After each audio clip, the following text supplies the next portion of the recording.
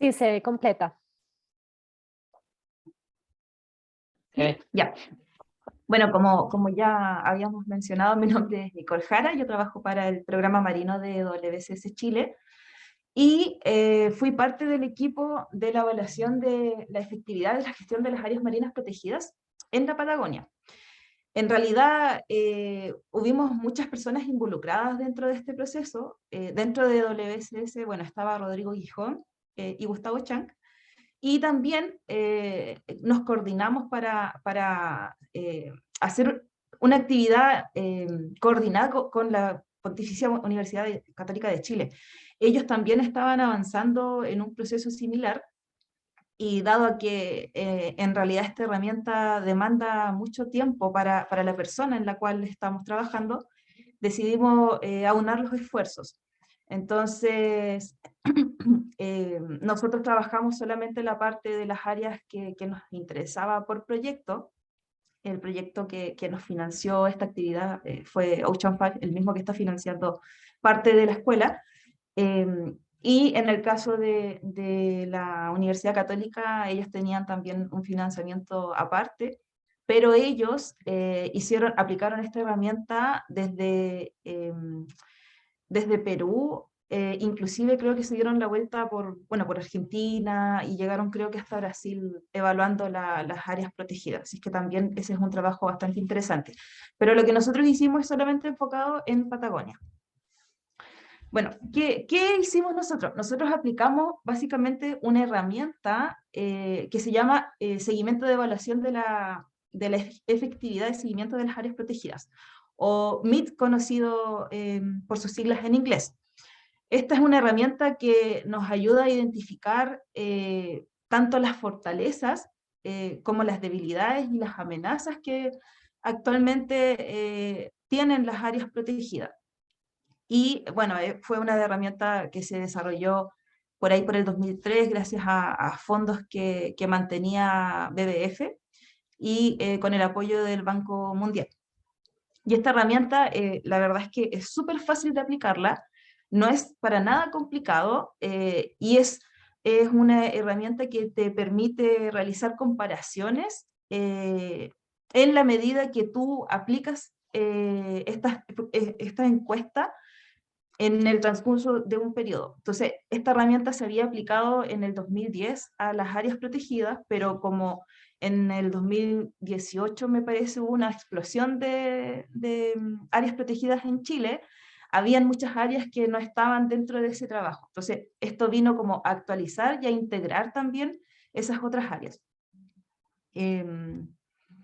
Esta herramienta es una encuesta que se basa en 24 preguntas y son preguntas muy sencillas que van desde el aspecto del manejo, de la gestión del área protegida, a también involucrar los objetivos del área, la relación con los usuarios que existen en el área y principalmente con las comunidades de pueblos originarios. También pregunta acerca del monitoreo de la biodiversidad, qué tan efectiva es la fiscalización y el estado también de conservación de los objetos de conservación de las áreas. Entonces, es algo muy, muy fácil, pero como son 24 preguntas, se requiere mucho tiempo de la persona que se está involucrando, que en este caso fueron los gestores de las áreas marinas protegidas. Bueno, como ya lo he mencionado, nosotros trabajamos principalmente en 13 áreas protegidas. Ahí puse el listado de las áreas y están ubicadas más o menos en esos circulitos que se ven en el mapa. Y nos enfocamos en los administradores o los gestores de cada área. Entonces, involucramos al Servicio Nacional de Pesca y Acuicultura, que es el ente fiscalizador de la pesca acá en Chile, y quien administra los parques marinos y las reservas marinas. Entrevistamos a los gestores del Ministerio del Medio Ambiente, quienes son los que administran las áreas marinas costeras protegidas de múltiples usos.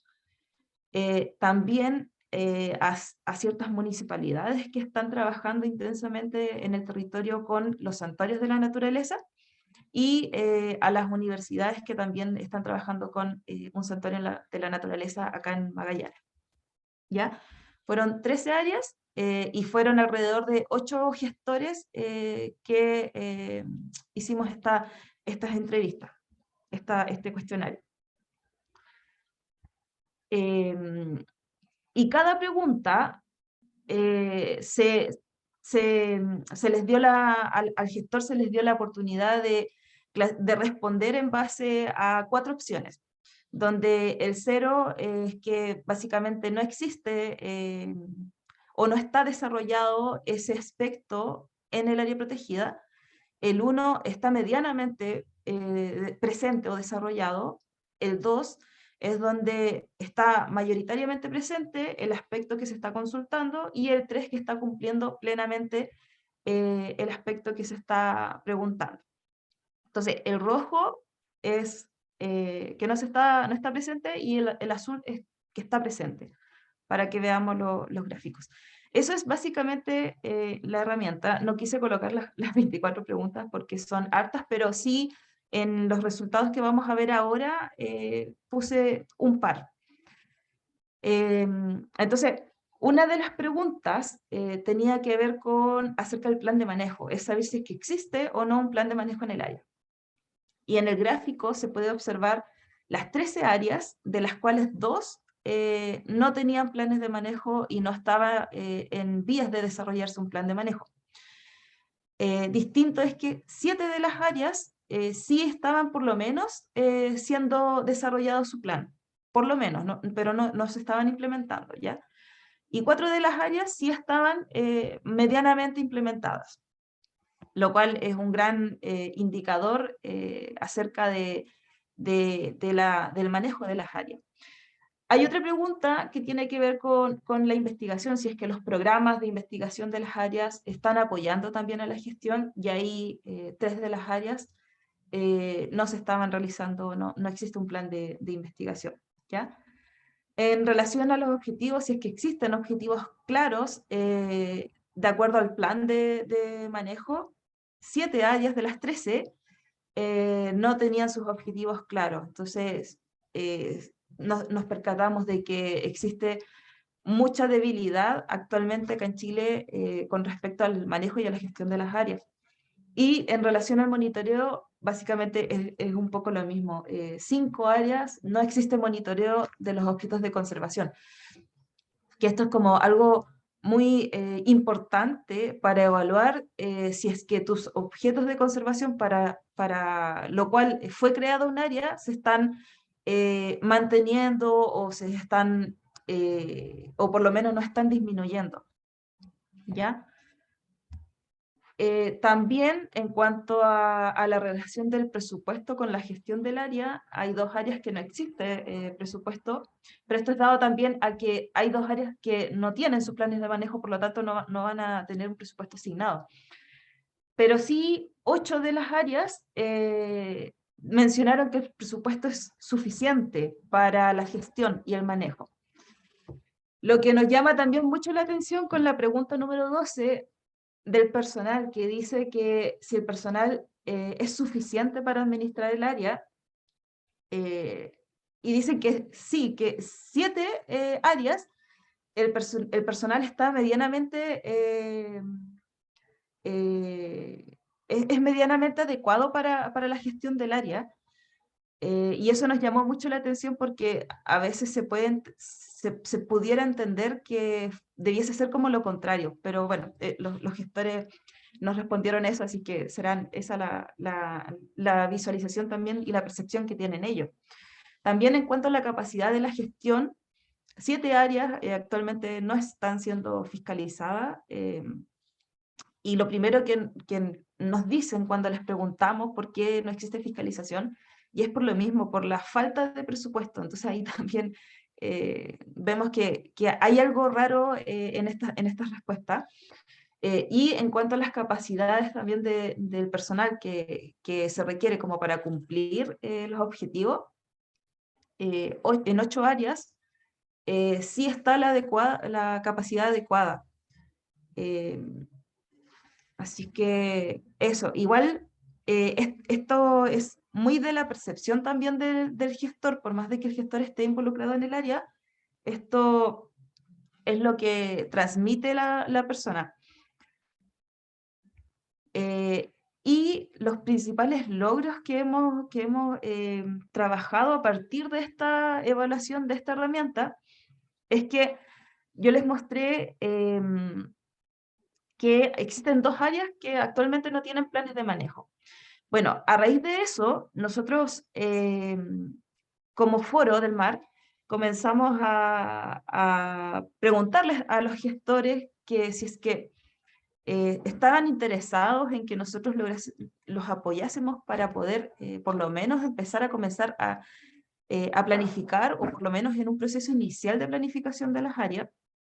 Y resulta que les llamó demasiado la atención que nosotros desde nuestra parte ofreciéramos eso. Entonces, a partir de eso, estamos trabajando en el Santuario de la Naturaleza del Estero Quitralco, que es parte de la atención del Ministerio del Medio Ambiente, en un proceso de planificación, pero es algo previo, no nos estamos involucrando en el desarrollo del plan de manejo, sino que estamos recién identificando cuáles son las condiciones, en qué condiciones está el área, quiénes son los actores, cuáles son los objetos de conservación, porque en particular ese santuario es un santuario que fue creado hace muchos años, fue algo que está creado como en el 1900, si es que no me equivoco, 1980, por ahí. Entonces es muy antiguo y es un área que el ministerio ni siquiera está presente. Entonces nos ha costado un poquito involucrarnos ahí porque el acceso también es súper complejo, no hay un acceso por vía carretera,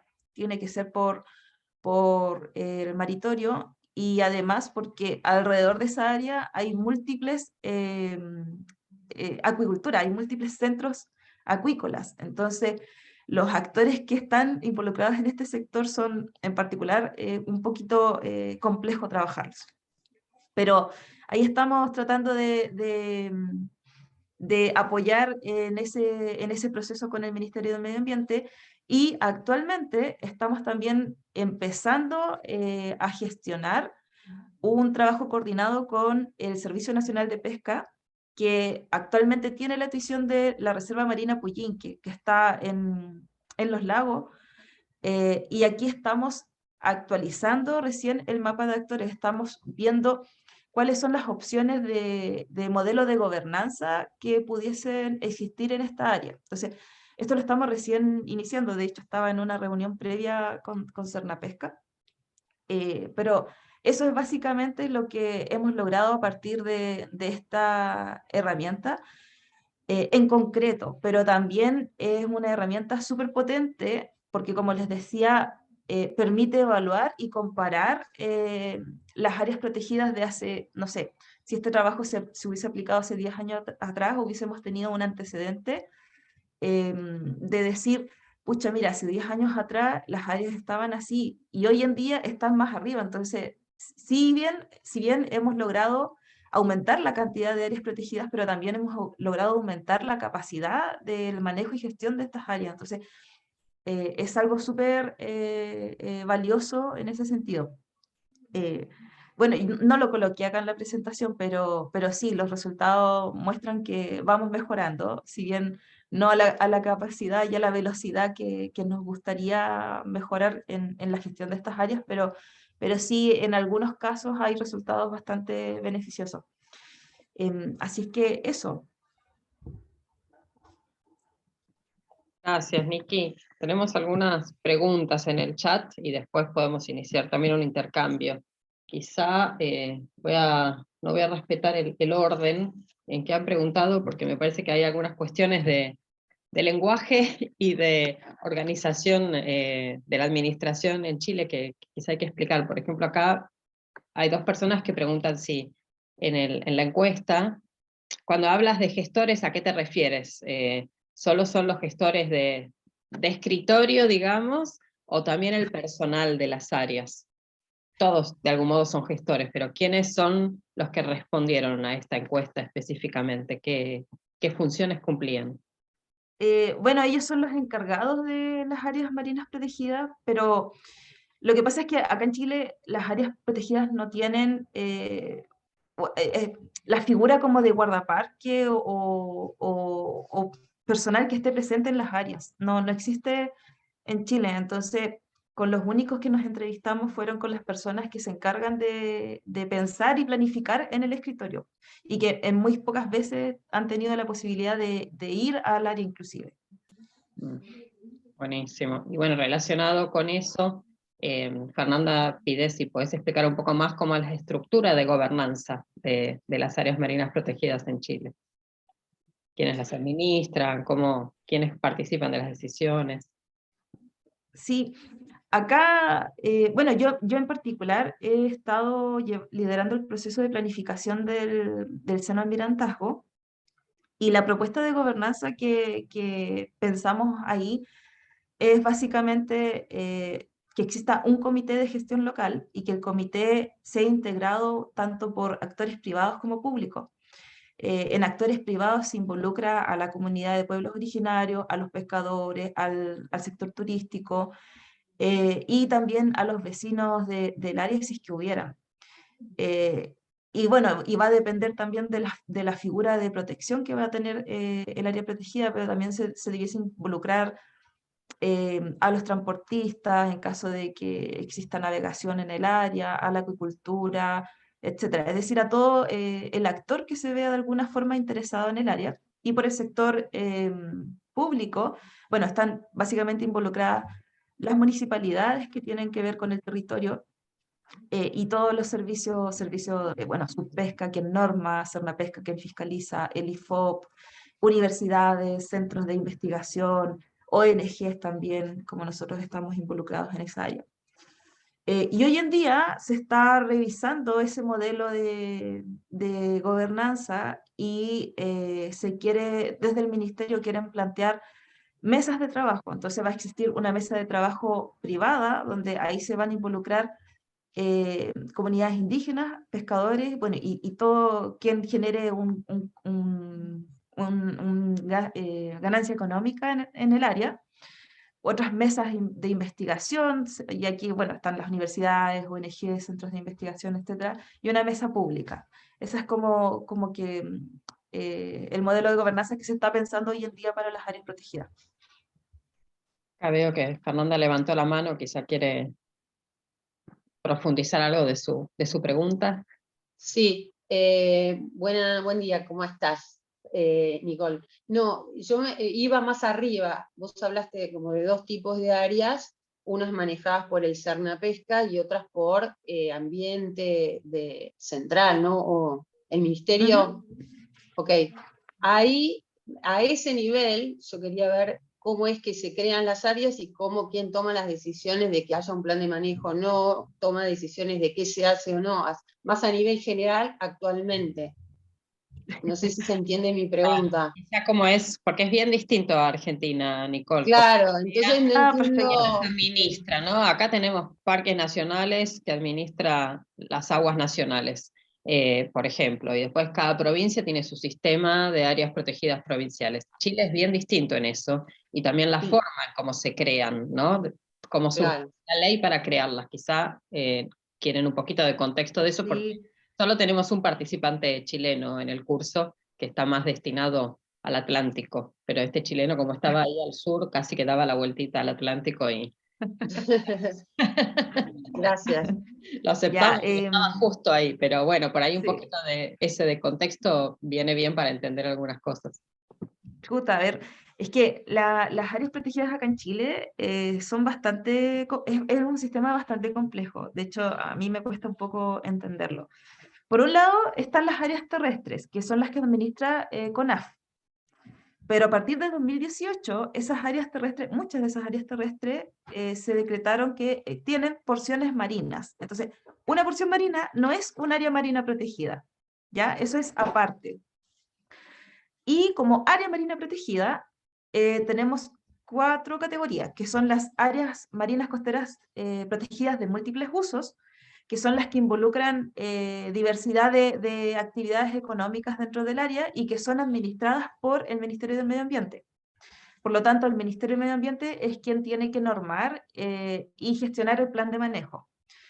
Después están los parques marinos y las reservas marinas que son administradas por el Cernapesca, por el Servicio Nacional de Pesca y Acuicultura, y estas son dos áreas que no tienen un plan de manejo en sí, sino que tienen un plan general de administración, que es un plan general que se basa como en siete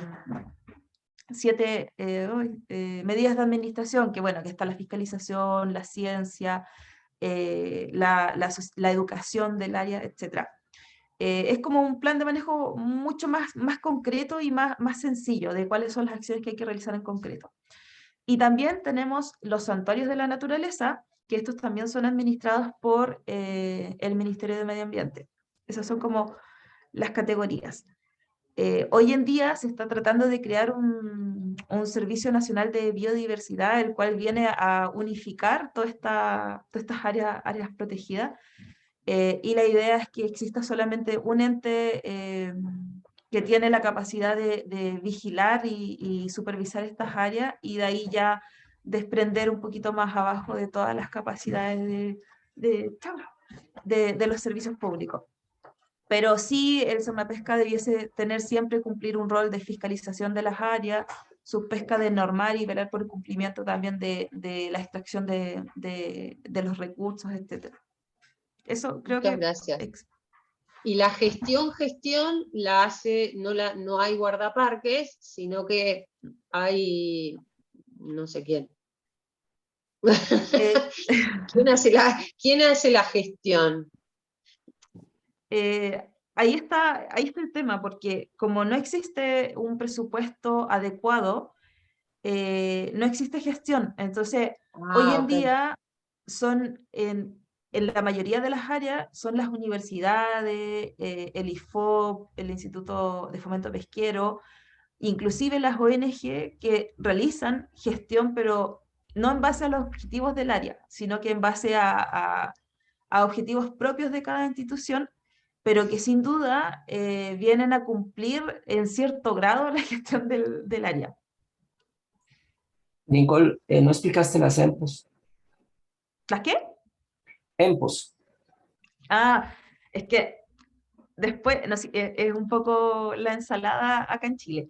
Después tenemos otras medidas de administración, pero que no son áreas protegidas, que se llaman las EMPO y las AMERP. Las EMPO son espacios costeros, hoy si me recuerdan la sigla, espacios costeros de los pueblos originarios. Eso. Y que es otra figura que la administra Subpesca, y que está destinada a la extracción y al manejo de recursos pesqueros, pero de las comunidades, como le dice el nombre, como de las comunidades pesqueras, pero no son áreas marinas protegidas en sí. Lo Nicole, mismo que perdón. Nixon, estas EMPOS vienen a ser muy similares a los espacios, a las áreas de pesca responsable que maneja Incopesca, pero en este caso son con pueblos originarios, específicamente. Sí, y las AMERP es un poco lo mismo, son áreas de extracción de recursos bentónicos, pero estas son áreas manejadas directamente por la pesca artesanal. Y bueno, básicamente son áreas que no están destinadas para la conservación, pero que indirectamente apoyan y hacen conservación en el área, porque gestionan los recursos en base a un plan de manejo, en base a las vedas. Entonces igual de cierta manera están realizando conservación por más de que no sean áreas protegidas. Pero esas son otras figuras que acá en Chile no entran en la categoría de área marina. Solo para agregar una cosa, Chile está en un esfuerzo por crear una ley, por crear algo que está en una ley que habla de la figura del servicio de biodiversidad y áreas protegidas, que sería eventualmente el que centralice la administración de todo lo que son espacios protegidos en Chile.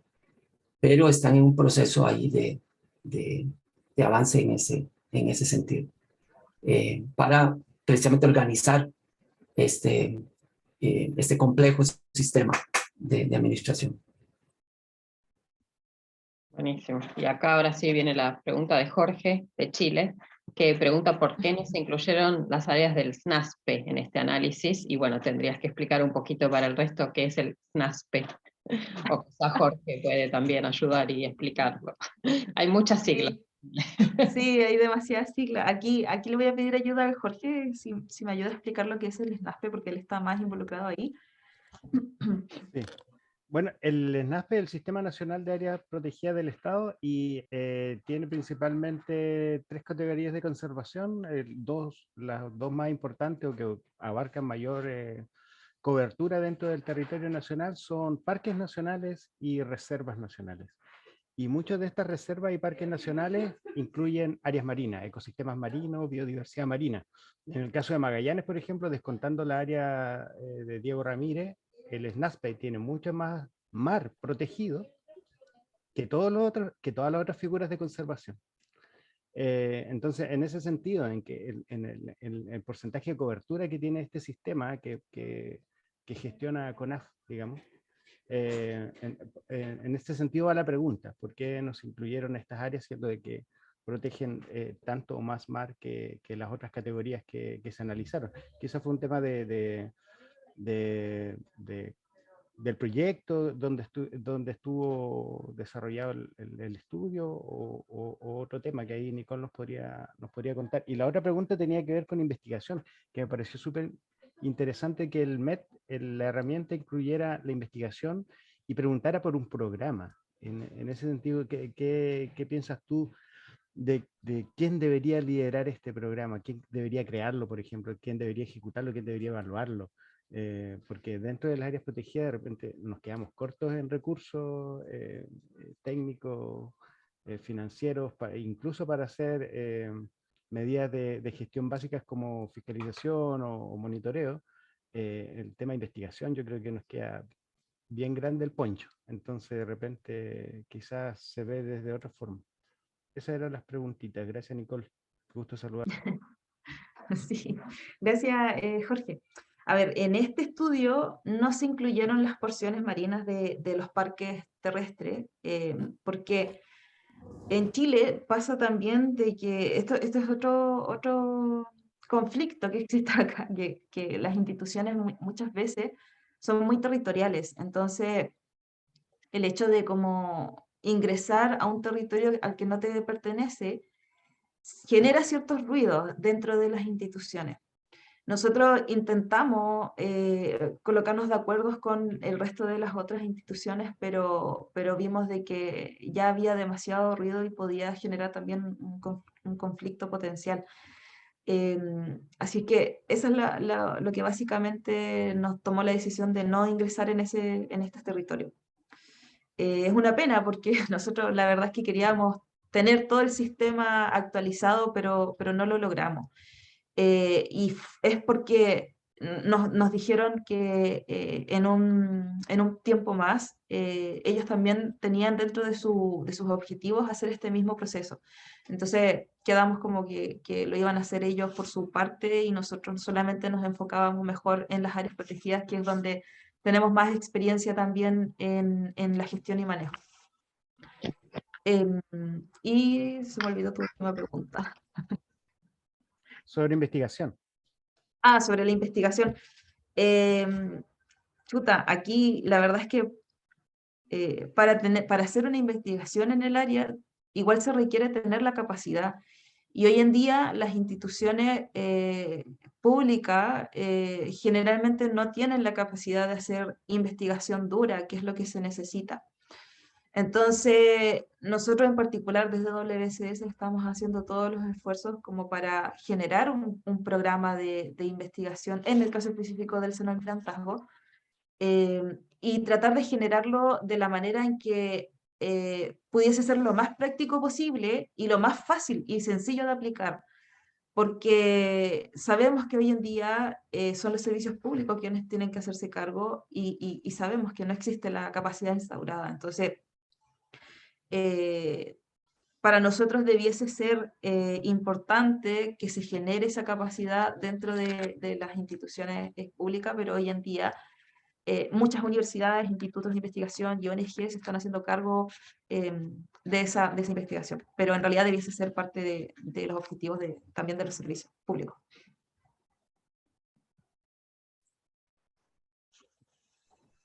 Nicole, ¿Mm? Una consulta para vos. Durante los foros en este curso, los estudiantes han mencionado mucho que el problema con estas herramientas es que no pasa nada después de que se aplican. O sea, se identifican cosas y no pasa nada. Sí. Eso ha sido, digamos, circulante en los foros. Particularmente, uno esperaría, digamos, que hay efectos que deberían darse a nivel del área y otros efectos deberían darse, impactos deberían darse a nivel del sistema. O sea, si uno detecta con la aplicación de estas áreas que, por ejemplo, el control y vigilancia en general en las áreas está mal, el que administra el sistema, no el que administra el área protegida, sino el que administra el sistema, debería tomar alguna decisión al respecto y tomar cartas en el asunto. ¿Ocurrió algo de esto? ¿Ustedes presentaron algún tipo de informe que dijera, en general, las áreas marinas en Chile tienen estas deficiencias, estos problemas, sugerimos estas cosas a nivel de sistema? ¿Se pudo generar algún tipo de impacto, alguna reacción de parte de autoridades a escala de sistema, a escala de país? Bueno, nosotros por intermedio del foro hemos hecho varios esfuerzos en hacer difusión de estos resultados. Si bien me pasa de que falta como hacer difusión ya del resultado más en concreto, porque esta herramienta también te entrega valores. Y por ejemplo, te entrega valores del 1 al 10, donde el 1 tu área está muy mal gestionada, por decir, y el 10 donde está súper bien. Entonces, falta como hacer ya en concreto entregar esos resultados al gobierno. Yo sé que lo hemos hecho y hemos hecho varias intervenciones, varios webinars el año pasado, pero aún así no hay muchas reacciones tampoco en concreto de decir, bueno, ya vamos a mejorar la fiscalización. Porque también lo que pasa es que está todo asociado al presupuesto y no existe presupuesto para fiscalizar.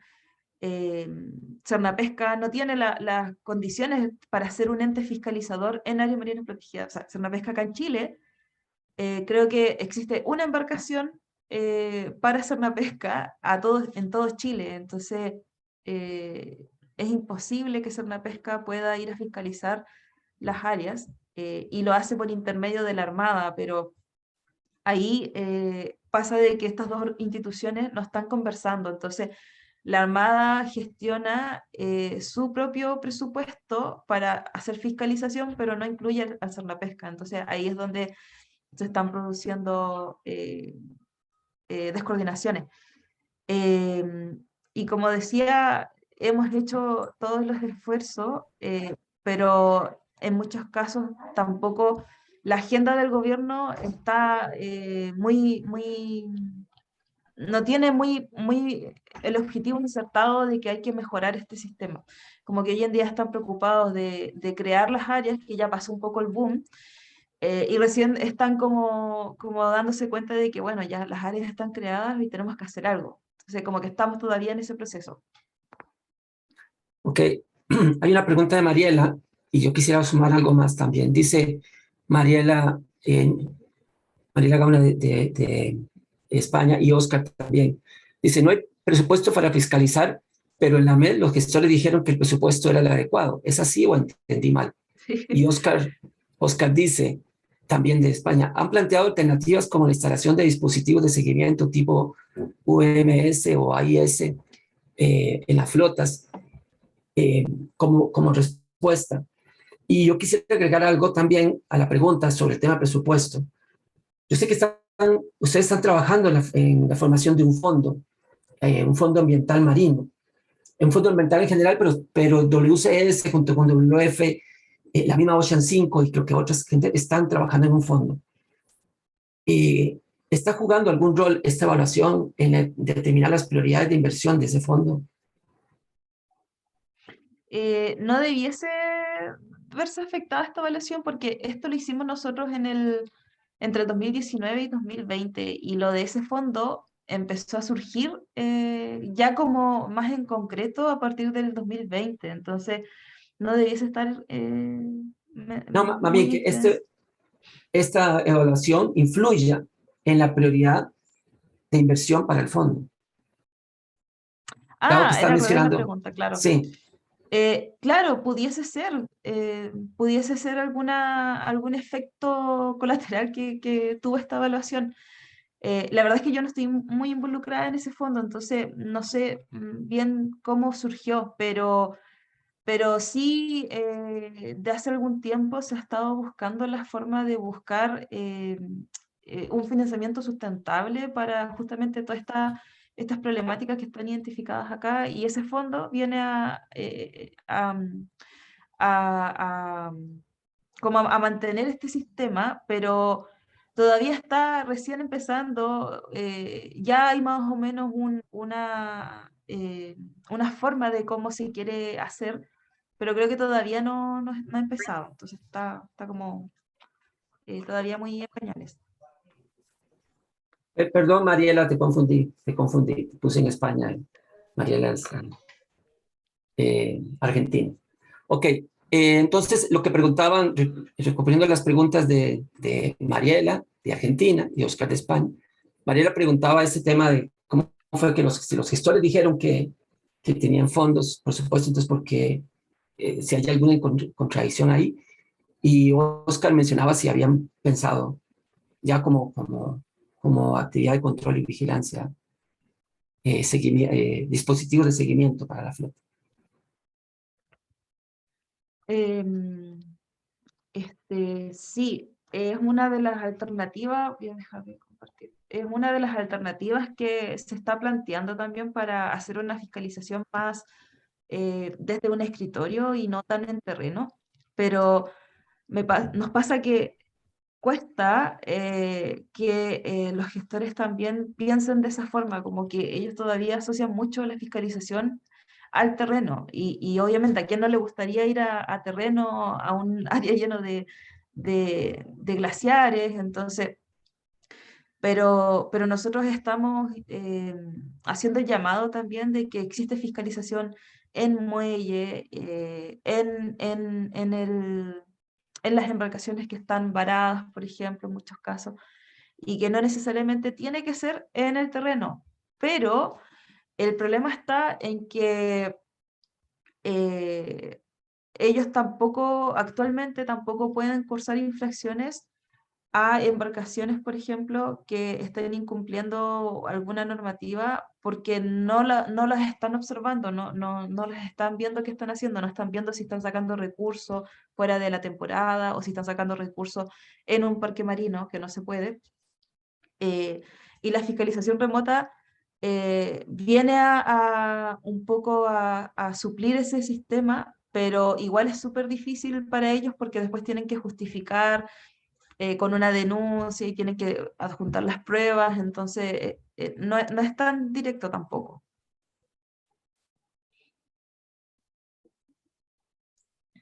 Okay. Jorge González decía que si podremos subir más documentos sobre las herramientas como el NET, y dice que quizá Andrea Barrero los tiene compilados, decía Jorge, de Chile.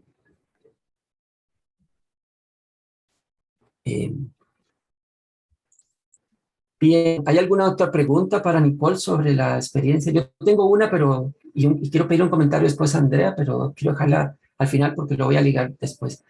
Andrea, ¿activaste?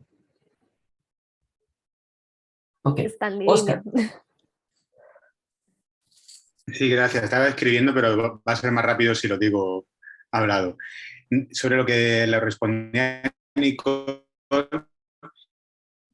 mucha experiencia con cómo se está trabajando en con temas de seguimiento de SIAs a flotas pesqueras. Igual puede ser interesante establecer contactos con las administraciones pesqueras aquí en España para que les digan cuál es su experiencia y les puedan dar alguna idea para poder implementarla. Digo porque aquí está funcionando bastante bien, incluso las mismas flotas pesqueras están involucrándose en instalarlo ya en sus propios barcos. Sería súper bueno.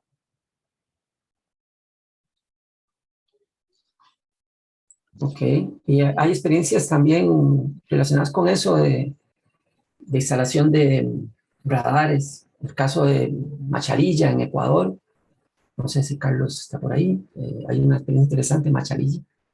Y en Costa Rica, la isla del Coco, también. Si te Oscar. interesa, Nicole, nos puedes o escribirme por privado y te puedo pasar contacto de las administraciones pesqueras aquí en España para que inicies algún tipo de relación, algún tipo de consulta. Súper. De ahí te pido el contacto entonces, o por intermedio de Alexa. Sí, yo los pongo en contacto, o salvo que quieran ahí en el chat ya intercambiar sus correos y listo. Pero si no, después los pongo en contacto.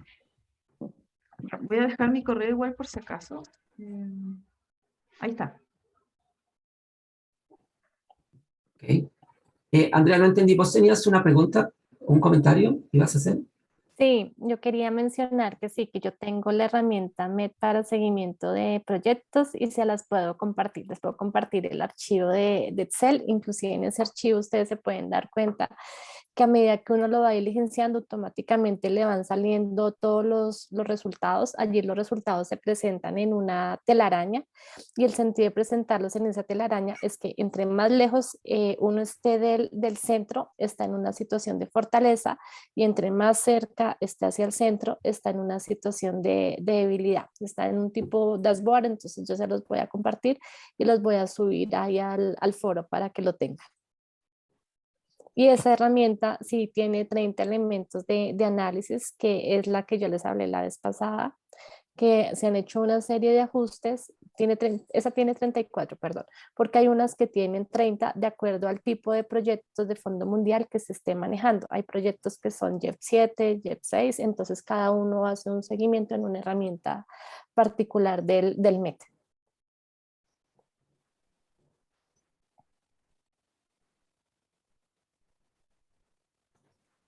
Listo, Okay. entonces yo les comparto ese archivo. Gracias, Andrea. Bueno.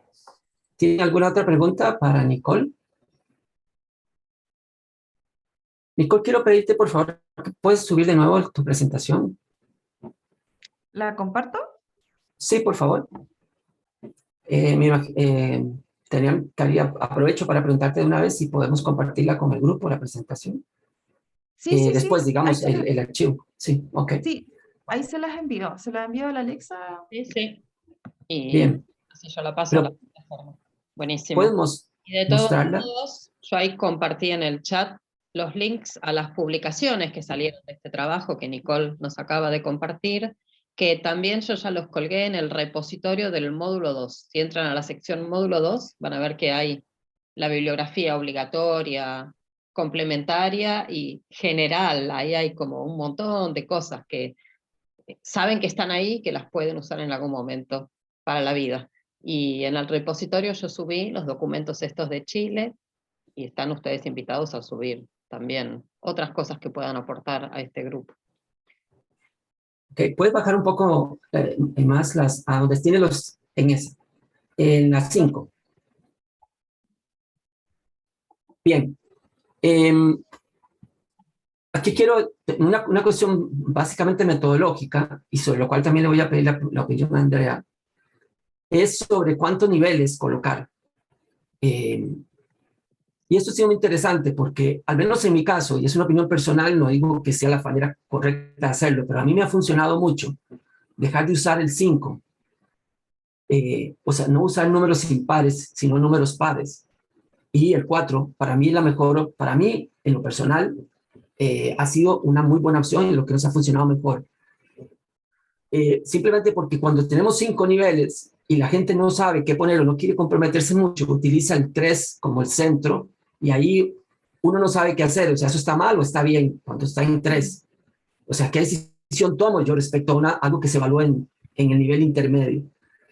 Entonces, en los 4 niveles, obliga a la gente primero, y eso, por ejemplo, es parte del proceso de cuando se va a hacer la evaluación. Yo le digo a la gente, ¿estamos en el bloque de lo malo o estamos en el bloque de lo bueno? ¿Qué es el bloque de lo malo? La opción 0 y 1. que es bloque lo bueno, la opción 2 o 3. Entonces yo les digo, si ustedes perciben que el asunto está mal, o está muy mal, que es 0, o está un poco mal, pero no muy mal, que sería, digamos, el 1. O si ustedes perciben que la cosa está bien, puede ser un 2, que es que está bien, pero todavía falta cositas de mejorar, o 3, pues que no es perfecto, pero está bien, o sea, que no es como de atender. Entonces, en la primera decisión que la gente toma es si la percepción sobre lo que va a evaluar está mal o está bien. Y ahí cuando dicen, bueno, está mal, entonces, ok, elijan entre 0 y 1, por ejemplo, en esa escala. Y ahí viene la discusión de si eso está o muy mal o menos mal. Pero cuando ponemos tenemos 5 opciones, generamos un centro, y entonces ahí tendríamos que decirle a la gente, ¿está mal, está bien o está más o menos? Y es así una tendencia clásica de la gente, cuando no quieren comprometerse o no saben qué poner, dicen, más o menos, y salen del tema. La primera discusión de si el asunto está mal o está bien, ya esa discusión genera un montón de información. Solo esa discusión, sin haber puesto un número. Solo decidir si se van a ir por el bloque del mal, digamos, de lo malo, o se van a ir por el bloque de las dos opciones buenas, genera una discusión enorme en ese sentido. Yo quería pedirle a Andrea la opinión respecto a qué pensaba de eso, y también a Nicole, cómo les fue con esa evaluación de cuatro, una cuestión meramente metodológica. Andrea. Nosotros desde el país hemos tenido muchísima esa discusión precisamente porque hemos venido desarrollando otras metodologías para las áreas públicas diferentes del sistema de parques que no han analizado su efectividad del manejo y que estamos empezando a trabajar con ellas. Entonces, en esas discusiones lo que vimos es, por ejemplo, Parques tiene una metodología que va en unos niveles de 1 a 5, pero ¿qué pasa? Hay puntos intermedios y es lo que tú dices. La gente siempre tiene a irse a esos puntos medios.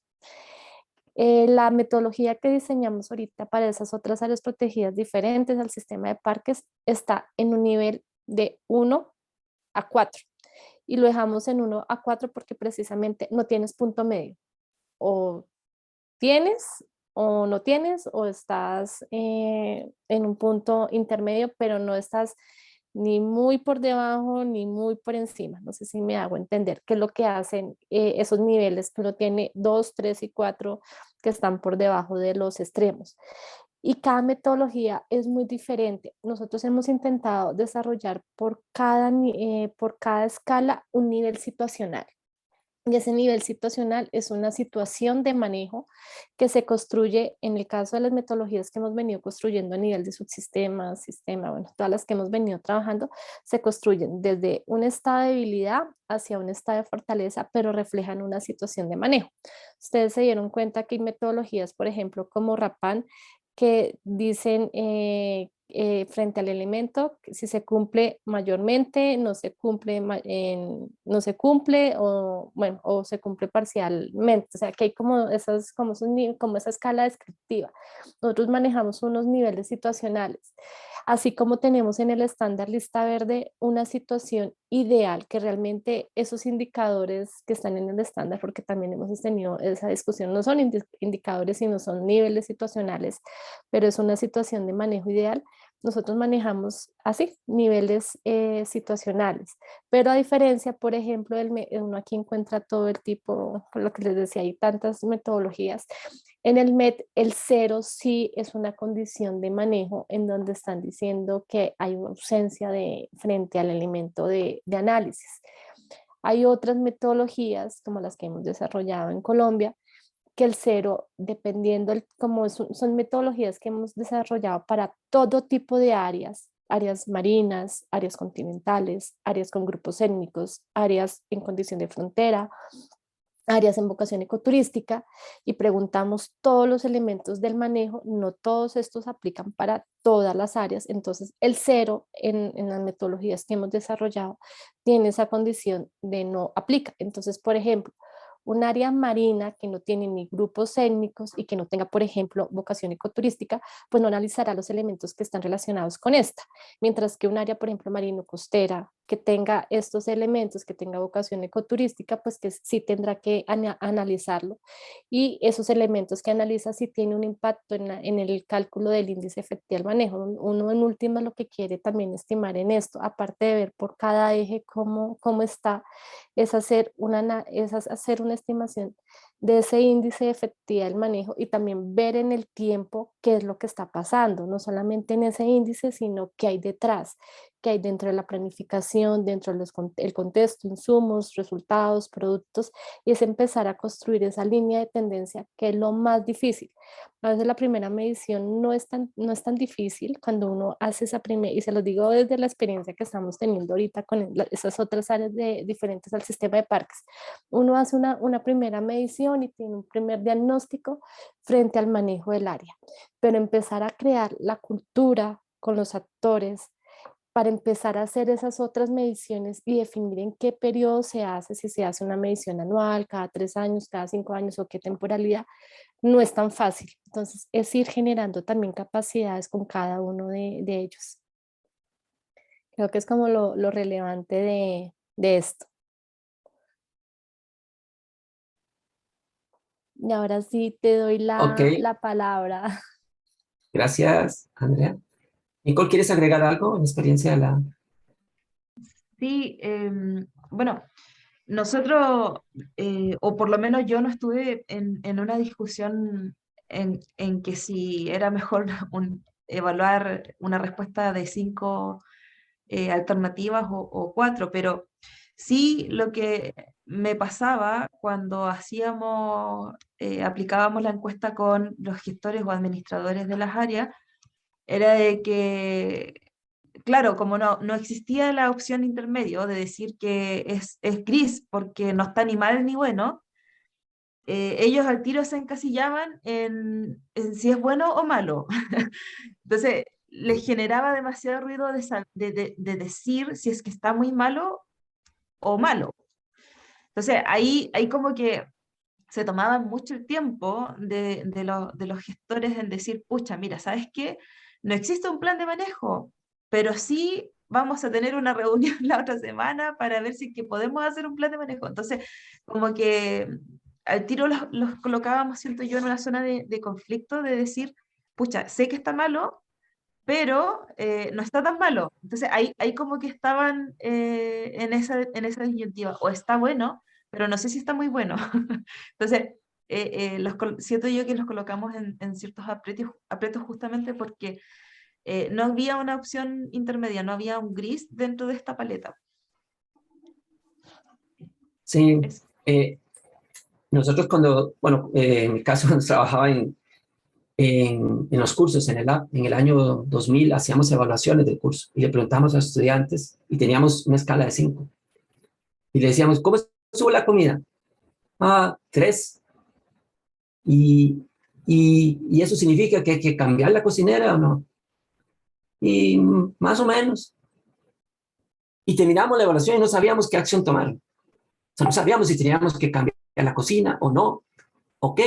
O sea, no nos daba ese dato. De ahí empezamos a buscar un número que quitara los intermedios. Pero algunas personas que he discutido con esto, personas que han estudiado estadística, dicen que eso puede generar un error también, no tener el intermedio. Pero bueno, eso solo por eso mencionaban. Bien, ¿algún otro último comentario, alguna última reflexión, algo para cerrar el tema con Nicole? ¿Listos? Bien, Nicole, muchas gracias. Yo quiero mencionar algo que Sí, no lo Andrea. mencionamos, sino no lo hablamos, y es la crítica que tienen estas metodologías al ser percepción de los actores. Y es que la mayor crítica que se hace es que a veces los resultados llegan a ser muy subjetivos, que están muy a la percepción de los actores y no están tanto soportados en evidencias como es lo que se hace, por ejemplo, con el estándar lista verde.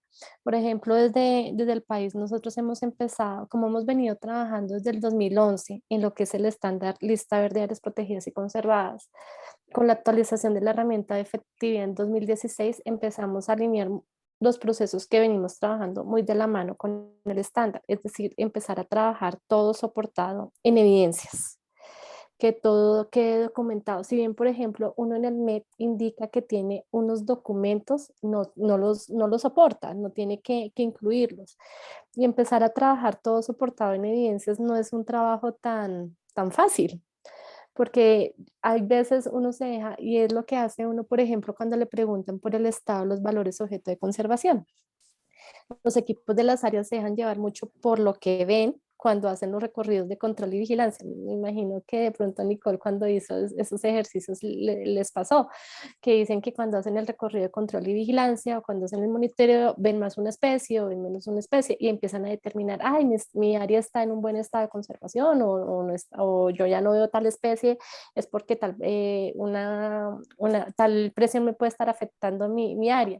Pero otra cosa diferente es cuando uno ya empieza a mirar todo con evidencias. ¿Qué tengo el monitoreo? ¿Qué me está diciendo el monitoreo? Tengo transformación en mi área, tengo un análisis de integridad, tengo umbrales, no tengo umbrales.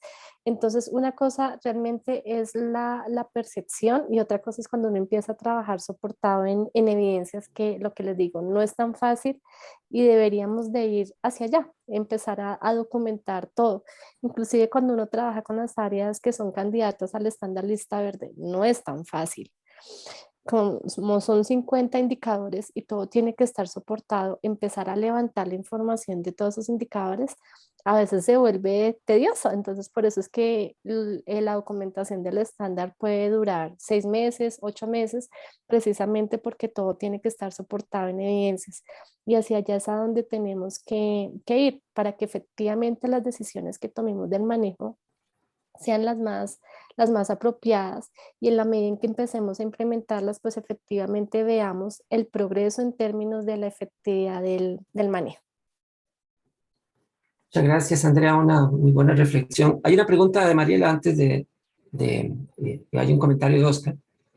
En ese sentido que estaba diciendo Andrea, hay varias cosas. Una, yo tiendo mucho a llamar a estos procesos de valoración de la efectividad, porque es como el valor que damos a la efectividad y no una evaluación en términos como si fuera una auditoría o como algo como lo que se hace lista verde. Es más una valoración, entonces yo tiendo más a usar ese término valoración que evaluación de la efectividad. En muchos casos, esa percepción se reduce cuando esto se hace en grupos, cuando hay lo que llamamos también en planificación opinión experta, cuando hay un grupo de personas que opinan en la misma línea y conocen la realidad y todas opinan en la misma línea, uno puede presumir que esa es la mejor opinión disponible y la más certera que se tiene y se basa uno en eso para seguir en el proceso de planificación. Eso es lo que llamamos cuando hay ausencia de dato certero o es muy difícil conseguirlo, usamos opinión experta. Y opinión experta cuando es un grupo de gente la que emite la opinión experta, uno aumenta la precisión. Cuando es una sola persona, habla de subjetividad. Cuando habla de un grupo de personas, que son las que emiten esa opinión, ya habla, digamos, de una percepción de un grupo social que es experto en esa materia. Entonces, por eso es que se recomienda que esto no lo haga un gestor, un intendente, un jefe, un director, solo sentado en su escritorio y evalúe solo. Por eso esa importancia, digamos. Aquí había un comentario de Mariela de Argentina, que decía que si se usó algún protocolo, es una pregunta para Nicole, si se usó algún protocolo, dice que es importante los protocolos. De hecho, ellos están como parte del trabajo práctico 2, tienen que diseñar el protocolo con el que van a trabajar su herramienta, la que están preguntando, porque dice que justamente creo que en estos puntos es donde hay dudas, no se ponen de acuerdo en cuanto a la aplicación de herramientas.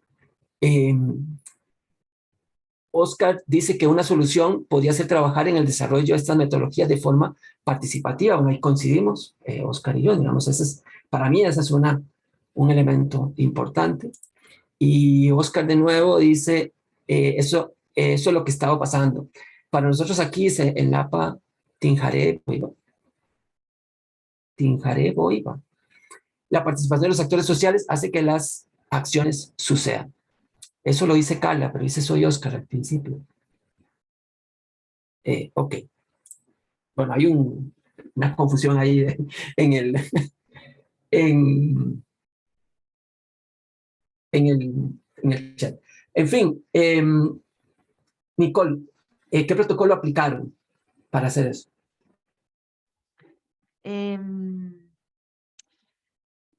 No, la verdad es que no aplicamos ningún protocolo en sí, sino de que nos reunimos nosotros con la persona, éramos 3 personas que estábamos en la reunión, más el gestor. Y una persona solamente le hacía una pregunta y el resto tomaba apuntes. Entonces, si es que a alguno de los que tomaba apuntes no le quedaba clara la respuesta, porque habían muchas preguntas que el gestor como que tampoco se casaba con una respuesta inmediatamente.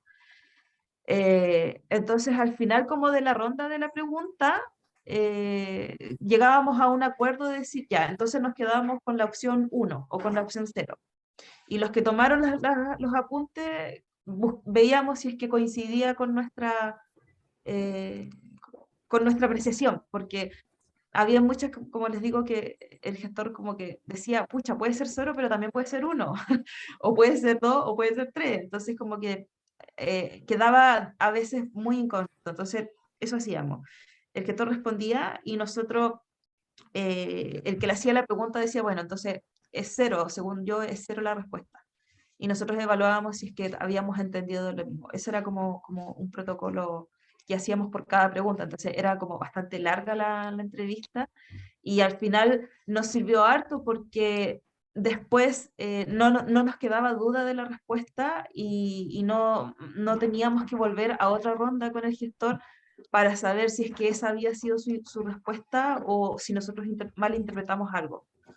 Creo que eso era como básicamente. Muy bien. Bueno, agradezco mucho esta intervención. Ahora entiendo mejor el comentario, perdón, de Carla, que dice que ella piensa igual que Oscar, que cuando hay participación, entonces se logra que las cosas sucedan porque la gente también motoriza estos resultados. Si mucha gente hubiera participado en estas evaluaciones, tal vez hubiera detectado cosas en las que puede contribuir para mejorar situaciones que fueron detectadas en el proceso. Bueno, vamos a liberar a Nicole, agradeciéndole de nuevo esta hora que nos dedicó, hora y resto que nos dedicó y a traer esta experiencia. Muchas gracias, Nicole, muy amable. No, gracias a ustedes por la invitación y espero el otro año estar parte de la escuela nuevamente. Este año. Nosotros nos sentimos muy ofendidos porque este año no se hizo en Chile. Bueno. Sí, confieso que todo el grupo chileno, bueno, muchos ya hicieron el curso de evaluación de efectividad, pero justo Nikki no lo coordinó, pero no lo hizo. Algo aprendió igual en la coordinación. Estuvo en todas las etapas presenciales, seguro que algo aprendió igual.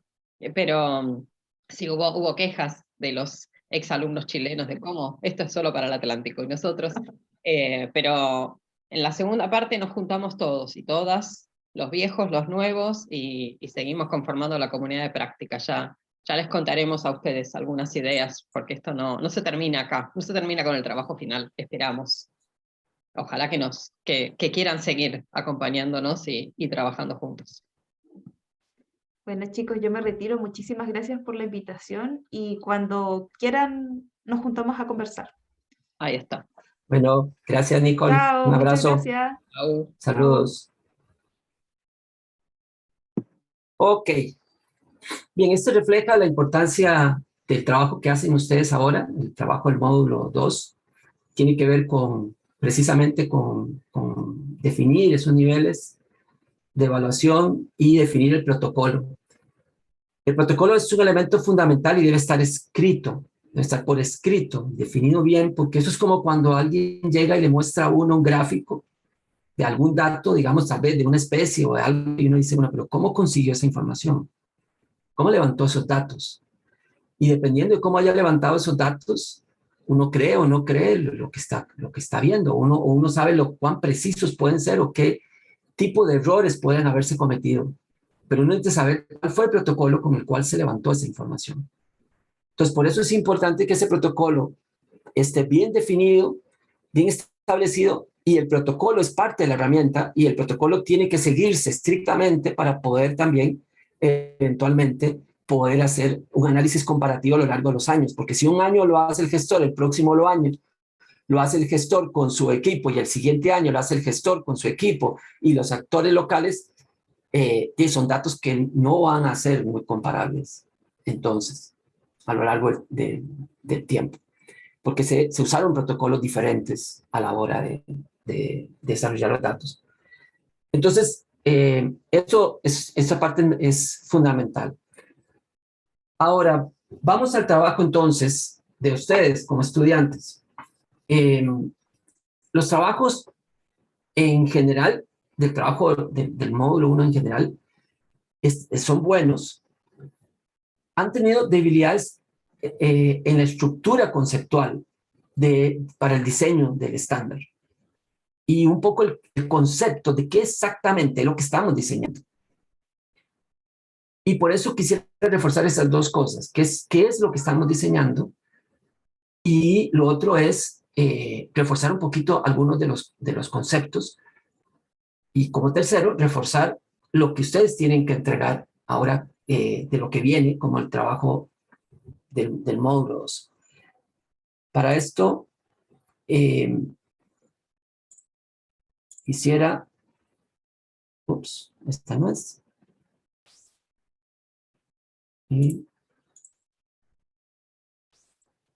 Vamos a mostrarles un par de diapositivas que monté para explicar lo que quiero mencionarles.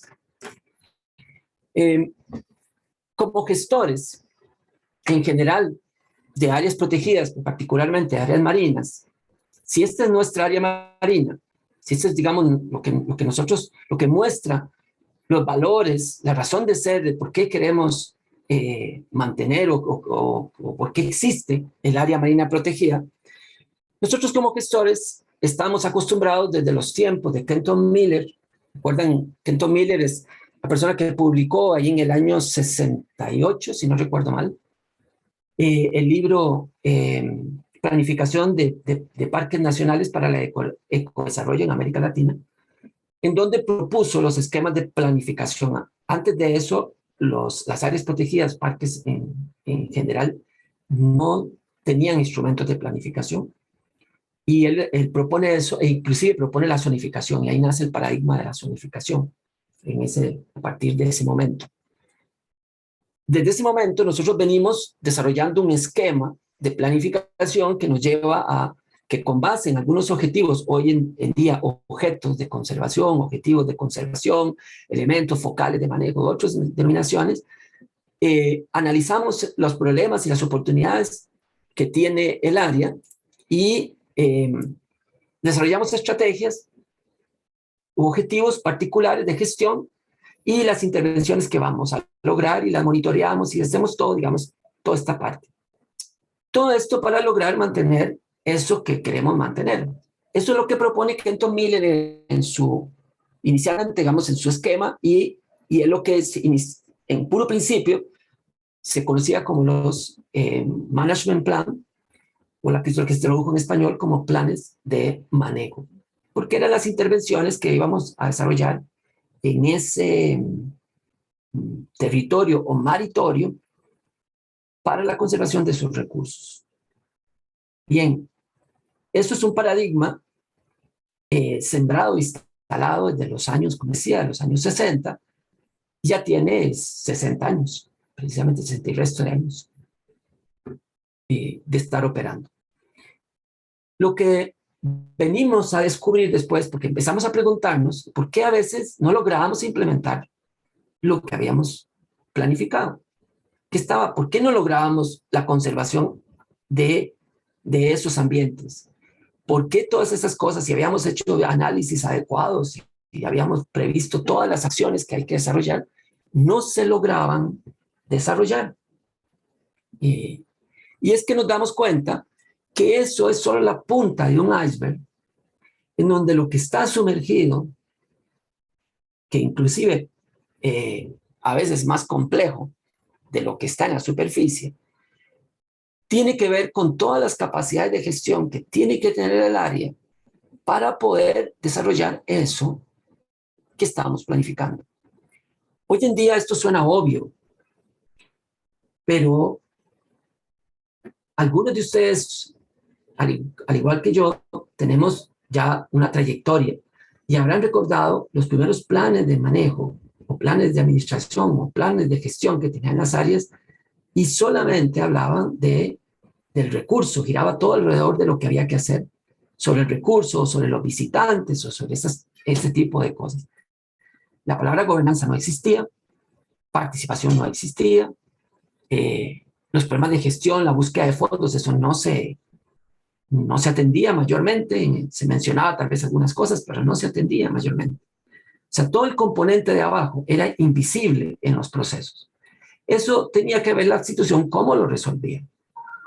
Y generalmente no lo resolvían y hoy en día tampoco lo resuelven. Entonces, claro, si esa parte de abajo no flota bien, hunde todo lo de arriba.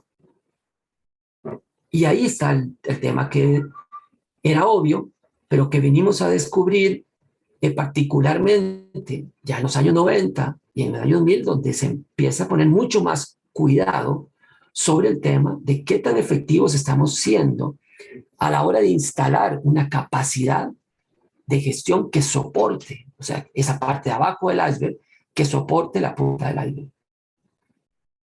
Recuerden por el que yo les ponía el ejemplo del equipo de fútbol.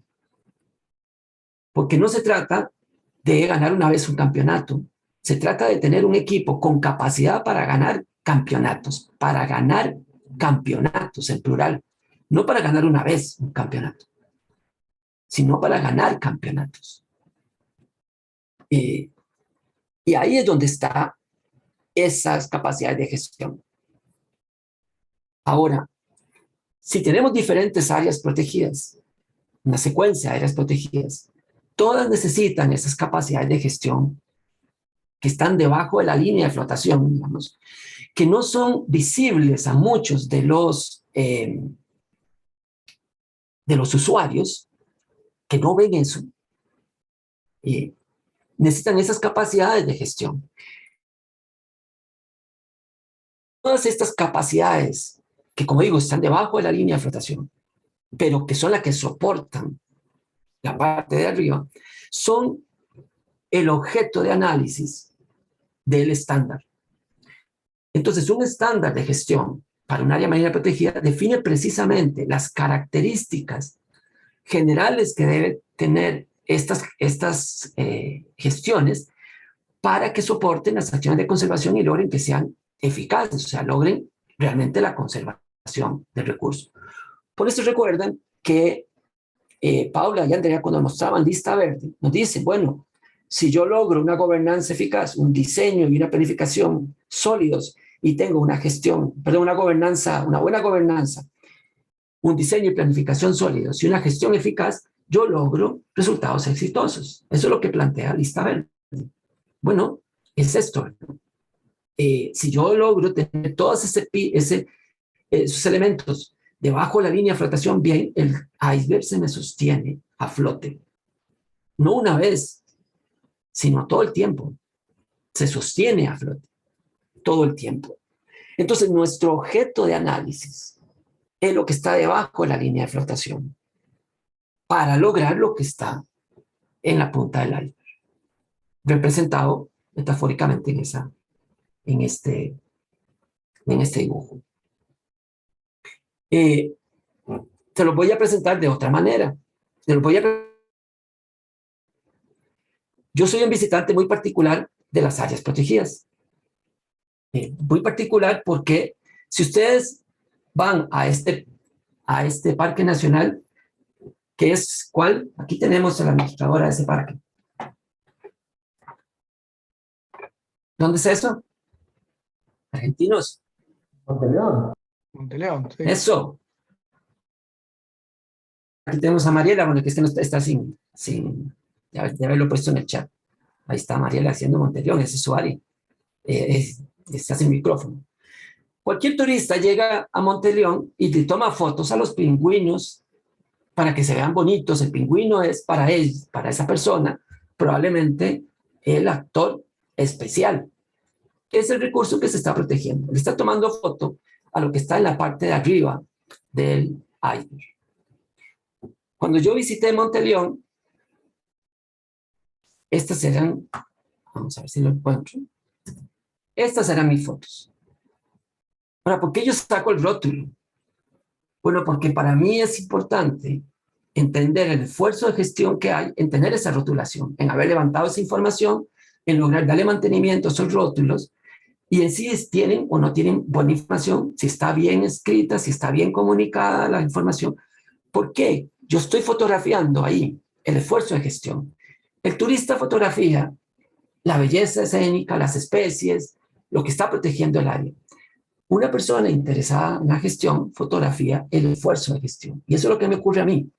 Cuando yo voy a las áreas protegidas, y a veces, por ejemplo, me recibe a alguien y me lleva al área, me lleva a mostrar las bellezas del área, me lleva a mostrar lo que están protegiendo. Y yo lo que tiendo es ir a ver, si me lleva por un sendero, a ver si el sendero está bien hecho, si tiene buenos drenajes, si tiene un buen área de tránsito, de sendero, si es un sendero circular o lineal, si tiene interpretación o no. Y eso es lo que yo paso mirando, digamos, porque yo soy un observador de la gestión. Claro que me interesa la parte de arriba, pero no soy un visitante usual en ese sentido. Ponemos a este sitio. Esto un poco menos gente lo conoce, pero hay una persona aquí que lo conoce, o lo debería conocer. ¿Dónde es eso?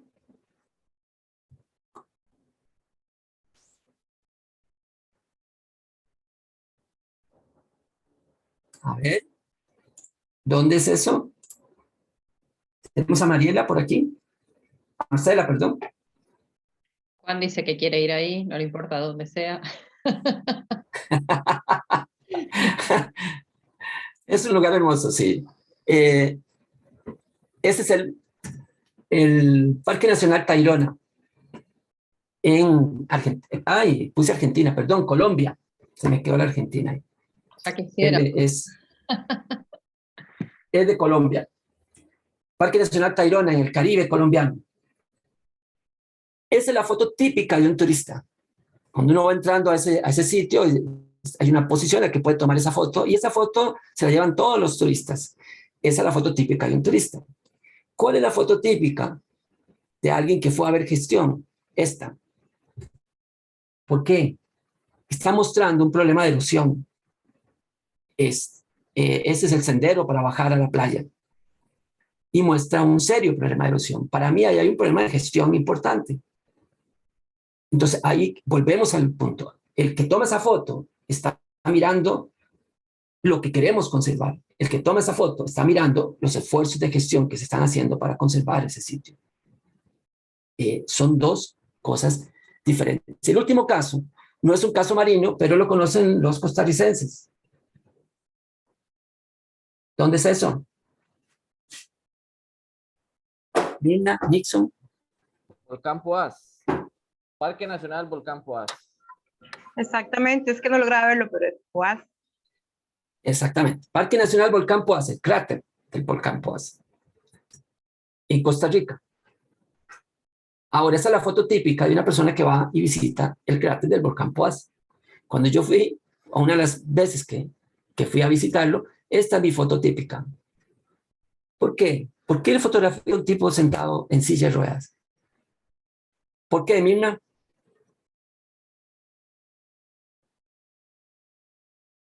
Mirna. Sí, disculpe.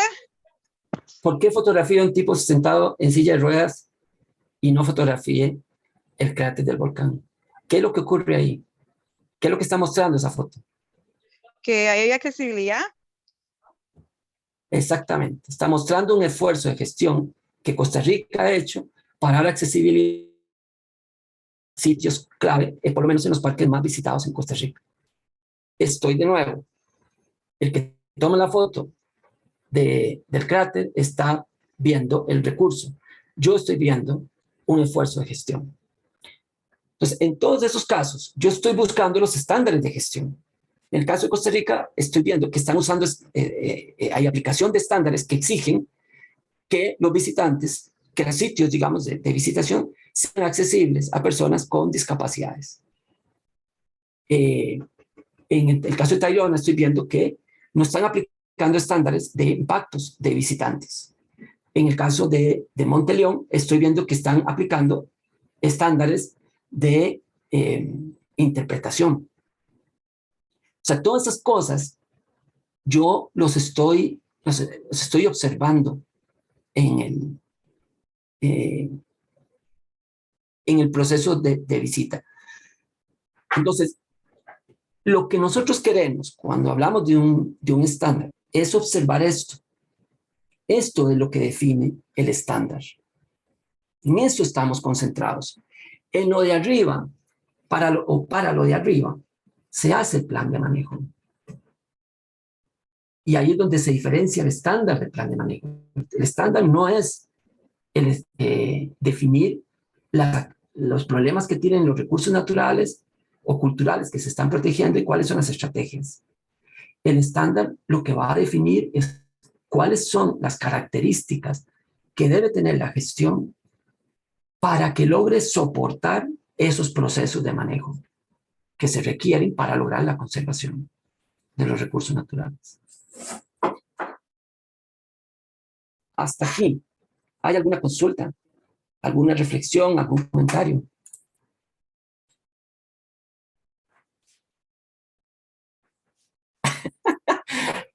Ojo con el comentario de Ricardo. Dice, hasta invítalo a comer un asado. No lo invites a visitar el parque. Sí, ya me ha pasado, Ricardo. Ya me ha pasado.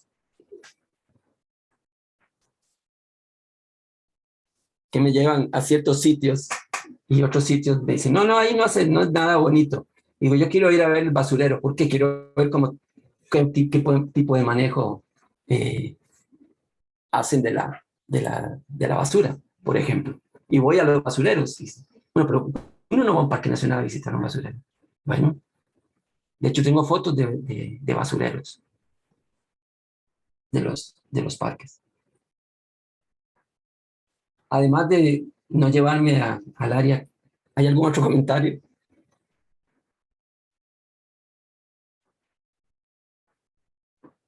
Bien. Esto era una primera cosa que quería compartir. Ahora, para definir ese estándar de gestión, usamos esta estructura: principios, criterios, indicadores. Esto no es un plan de acción. El plan de acción ya tiene que ver con el plan de manejo que se hace para lograr la conservación de los recursos naturales. No es un plan de acción. Es un estándar. Estamos diseñando una norma técnica, no un plan de trabajo. Esa norma técnica que establece unas características de calidad para los procesos de gestión, la estructuramos con esta, valga la redundancia, con esta estructura de principios, criterios e indicadores. Esto fue establecido hace muchos años, inclusive, y como les había explicado en las charlas, esto no es exclusivo de áreas protegidas, esto se usa para muchas cosas: estándares de turismo sostenible, estándares de manejo forestal sostenible y otros tipos de estándares que parten de principios, criterios e indicadores. Algunas de las normas ISO operan también con esta misma estructura. Entonces, los principios es aquello que debemos lograr. Hay principios redactados como los del enfoque ecosistémico, que dicen, por ejemplo, los objetivos de la gestión deben estar en manos de la sociedad. Y es una frase. O hay otros principios, como el caso, por ejemplo, los principios de la buena gobernanza, que son mucho más escuetos. O dicen, por ejemplo, legitimidad y voz, solamente. No es una frase muy explicativa. Entonces deben ir acompañados de una frase un poco más explicativa. De hecho, los principios del enfoque ecosistémico vienen acompañados con una frase de motivación que se diseñó en la Convención de la Diversidad Biológica. Lo que ha ocurrido, bueno, mucha gente con los principios estamos bien. La gente ha diseñado los principios bien. La única cosa es que tomaron como principios de diferentes lugares, y al tomar principios de diferentes lugares no se dieron cuenta quizá que había cosas que se estaban traslapando, o sea, había cosas que estaban planteados en un principio que son replanteados en otro. Pero yo no encontré problema en la parte de definición de los principios. Los problemas conceptuales más serios están en la parte de diseñar los criterios y diseñar los indicadores. Ahí, en ese sentido, quisiera tomarme la atribución de poder mostrar algunos de los casos que ustedes enviaron para poder ilustrar, digamos, mis observaciones. Espero que eso no cause pues algún malestar en alguno. No lo estoy haciendo con ningún ánimo de crítica. Estoy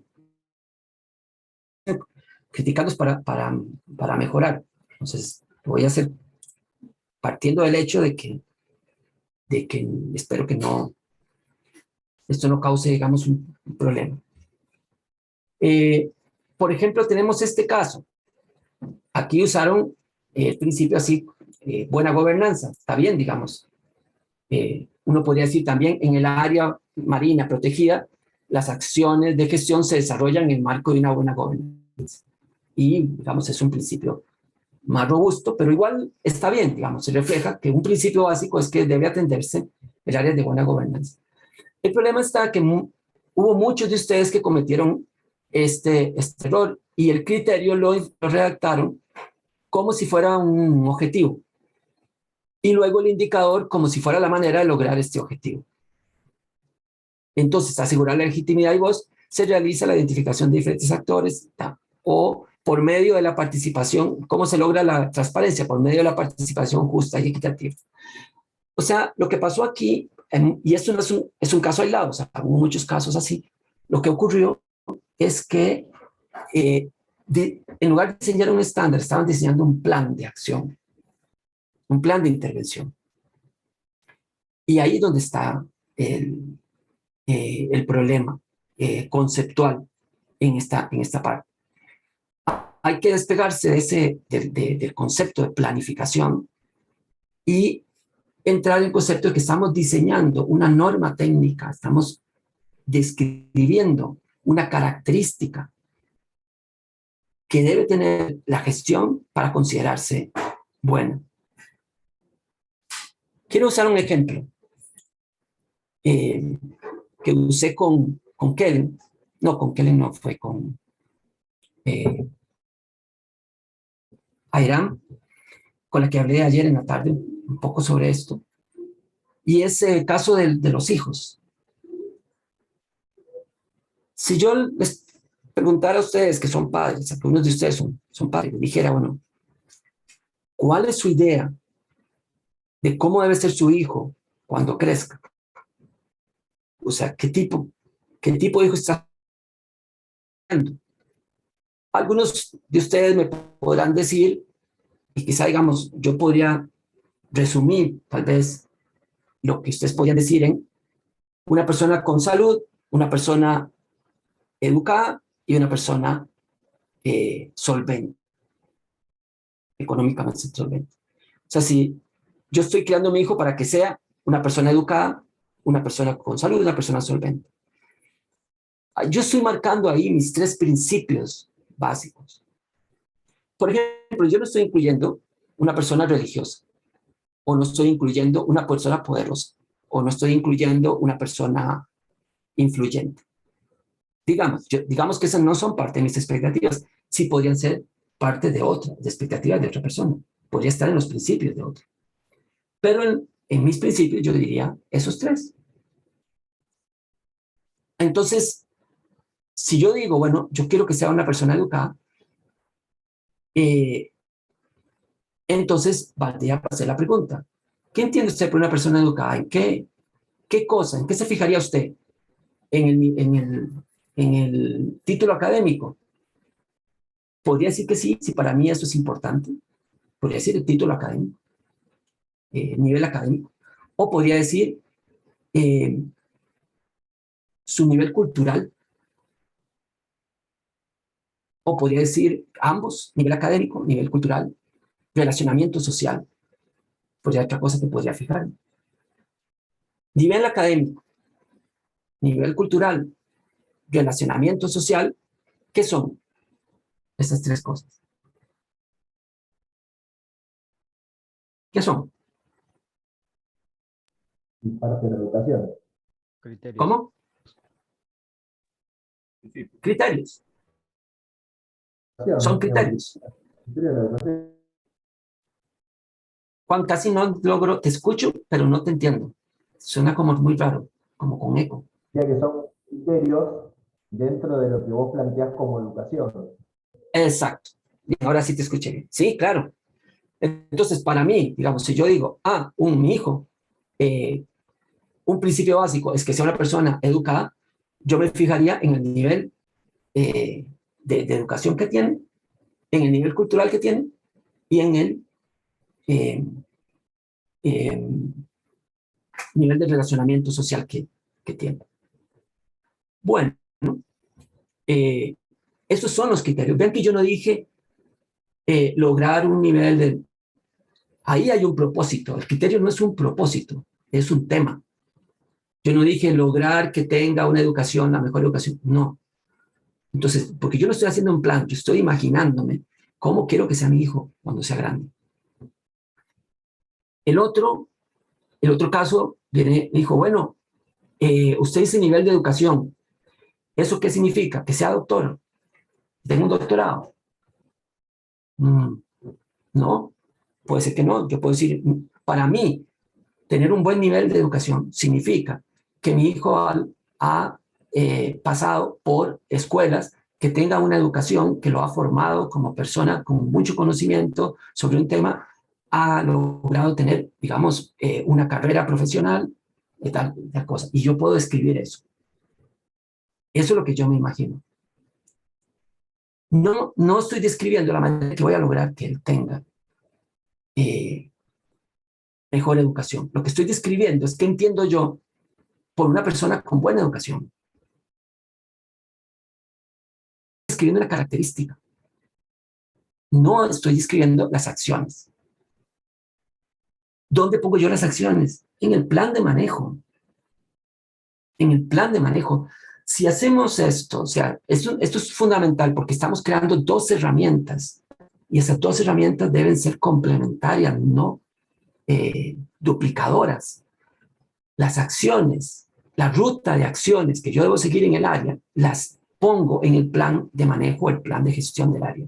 Es la única herramienta en la que yo debería basar mis líneas estratégicas. Y el estándar no es un plan. Entonces, en el estándar no pueden haber descritas acciones concretas. No es eso. En el estándar lo que debe escribir son características de la gestión, de lo que yo entiendo por eso. Les voy a mostrar otro caso. Vamos a ver. Este es un caso, por ejemplo, en donde el indicador tiene un primer planteamiento porque está planteado como un objetivo, identificar los principales valores con una mirada a largo plazo. Inclusive aquí hay ya una característica, ya estamos caracterizando o cualificando el criterio. El criterio son valores del área y diseño de conservación. Ese es el criterio. Valores del área y diseño de conservación. Ahora, ¿qué entiendo yo por un área que tenga bien definidos los valores del área y un diseño de conservación? El área cuenta con un plan de manejo, gestión que identifica los principales valores, así como los servicios ecosistémicos y bienestar. Esto es descriptivo. No es entonces un planteamiento. Aquí lo que tenemos el problemita está aquí, dentro de un principio que es diseño y planificación. En general, la mayoría de ustedes colocó elementos importantes que ustedes vieron importantes aquí.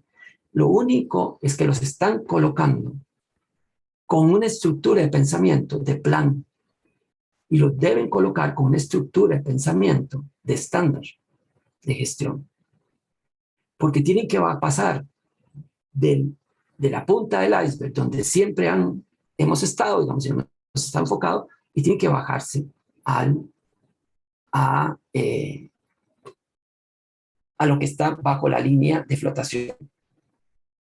Y ahí, debajo de la línea de flotación, la herramienta que estamos utilizando en ese sentido es el estándar. Ahora, para lograr que el área cuente con un plan de manejo y gestión que identifique los principales, ¿qué es lo que tengo que hacer? Bueno, eso ya va entonces en el plan de gestión, en algún tipo de planificación de acciones de manejo, que inclusive ustedes van a hacer en el trabajo 2, que le vamos a llamar una ruta de mejora o un plan de mejora. ¿Qué es lo que Andrea mencionó que se hace cuando se trabaja lista verde? Cuando se trabaja lista verde, se califica esto, dice, el área no cuenta con un plan de manejo de gestión. Bueno, ¿y entonces qué hacemos? Bueno, entonces hay que definir qué acciones vamos a tomar para que el área logre esto. Entonces cumpla con el criterio, y al cumplir con todos los criterios que ustedes diseñaron, cumple con el principio. Y eso ya va en otro documento, en el plan.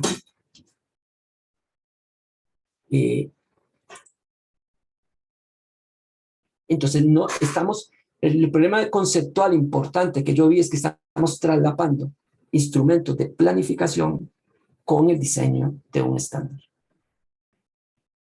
Y ahí tenemos que separarlos.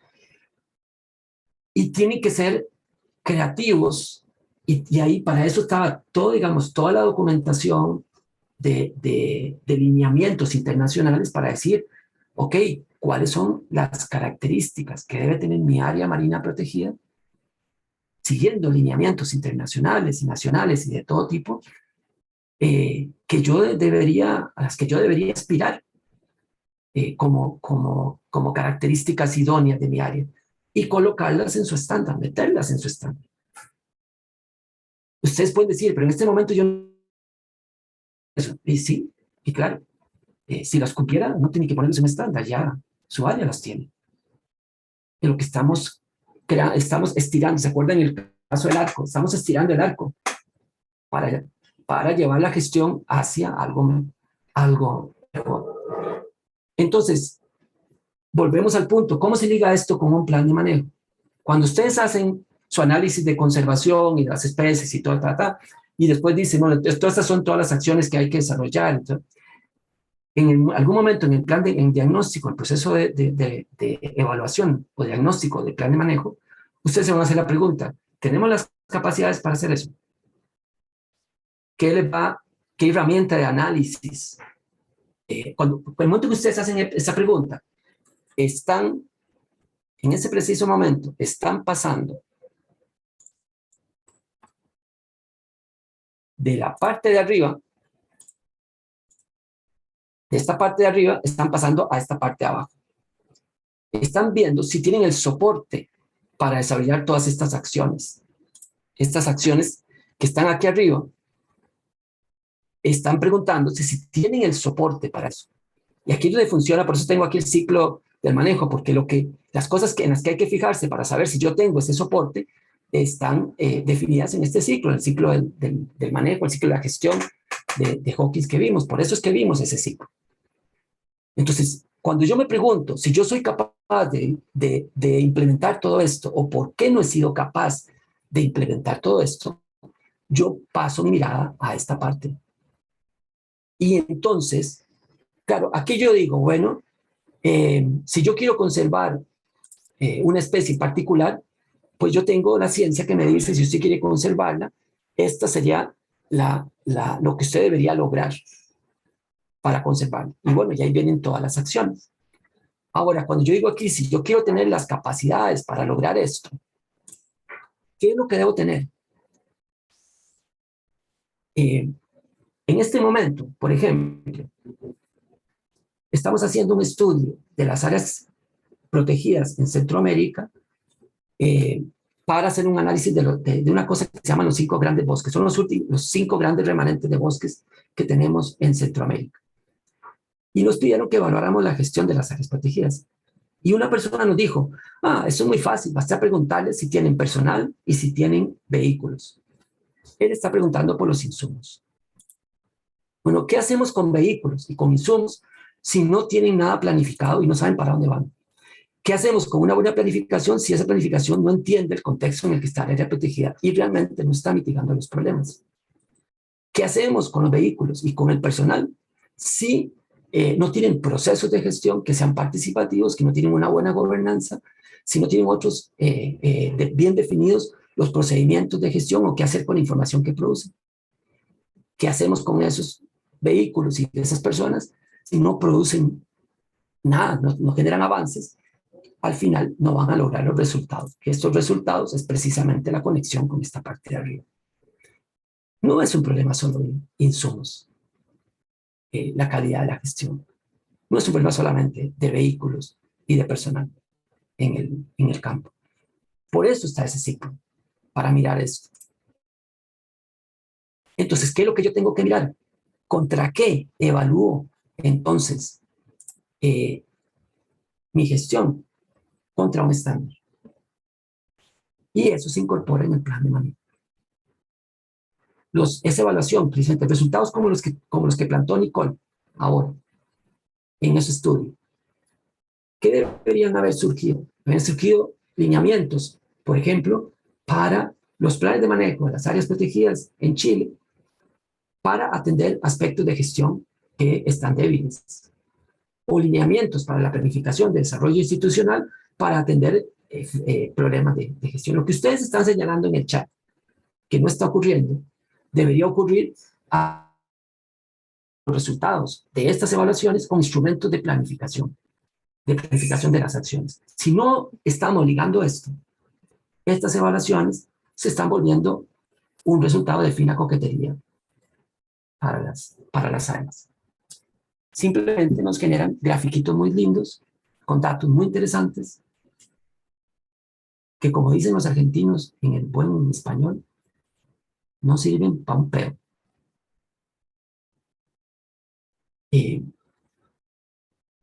Para evitar eso tenemos que hacer esos enlaces. Pero entonces hay que entender bien qué es un estándar y para qué sirve. Porque es la base. El estándar es la base de una herramienta de evaluación de la efectividad. Lo importante no es tener la herramienta de evaluación de la efectividad. Ese es el medio para evaluar el estándar. Lo importante es generar un estándar que nos lleve la gestión hacia donde la queremos llevar. La herramienta es vamos a ese estándar. El plan de mejora es aquello que nos va a ir con una gestión adaptativa, la gestión hacia la mejora. En este caso, como no tenemos acceso al plan de manejo en todos los casos, en todas las áreas, lo que les vamos a pedir es un plan de mejora en el trabajo. En el trabajo 2, en el trabajo final. Después de que hagan la evaluación, van a proponer un plan de mejora de su área, que es el equivalente a tomar esto y meterlo en el plan de manejo. O el plan de mejora puede ser una serie de insumos para el momento que se haga el plan de manejo. Eso se ha tomado en cuenta dentro del plan. En la medida que entonces yo ejecuto el plan de manejo, mejoro la capacidad de gestión para soportar lo que el mismo plan de manejo está planteando. Preguntas, jóvenes. Dice Jorge que varios nos vemos metidos en la planificación. Claro que cuesta hacer el cambio. Estamos pasando de la superficie a una inmersión en la gestión. De tomarle fotos a los pajaritos, a tomarle fotos al sendero con el cual llegamos a ver los pajaritos. Stanley, yo quisiera agregar algo. Y cuando uno empieza con esto, yo sé que no es fácil, no es una tarea fácil porque uno siempre está como muy encasillado en la planificación y en el esquema de planificación del manejo. Pero cuando se diseñó, o sea, ¿por qué se diseñó el ciclo de planificación de la UICN? Esos elementos que tenemos de contexto, planificación e insumos, porque cuando empezamos a trabajar con esto, cada país empezaba a trabajarlo como lo entendía. Entonces, este ciclo es una manera de organizar esos elementos que componen el estándar. Enfóquense mucho en ese ciclo y créanme que les va a ayudar muchísimo cuando ustedes empiecen a identificar esos principios, esos criterios y esos indicadores. Eso les va a dar la guía de qué debe tener cada uno, porque a veces uno se pregunta, ¿meto monitoreo, no meto monitoreo? ¿Qué meto de mis estrategias? ¿Va todo, no va todo? Entonces, creo que ese ciclo no lo pierdan de vista y les va a ayudar a orientar su trabajo como lo deben presentar. Muchas gracias.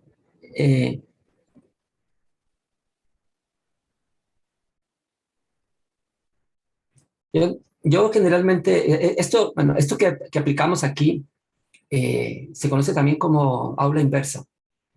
Es una técnica en donde primero el estudiante hace un ejercicio y se da cuenta que no entiende o que lo hace mal y después se le explica cómo se hace bien.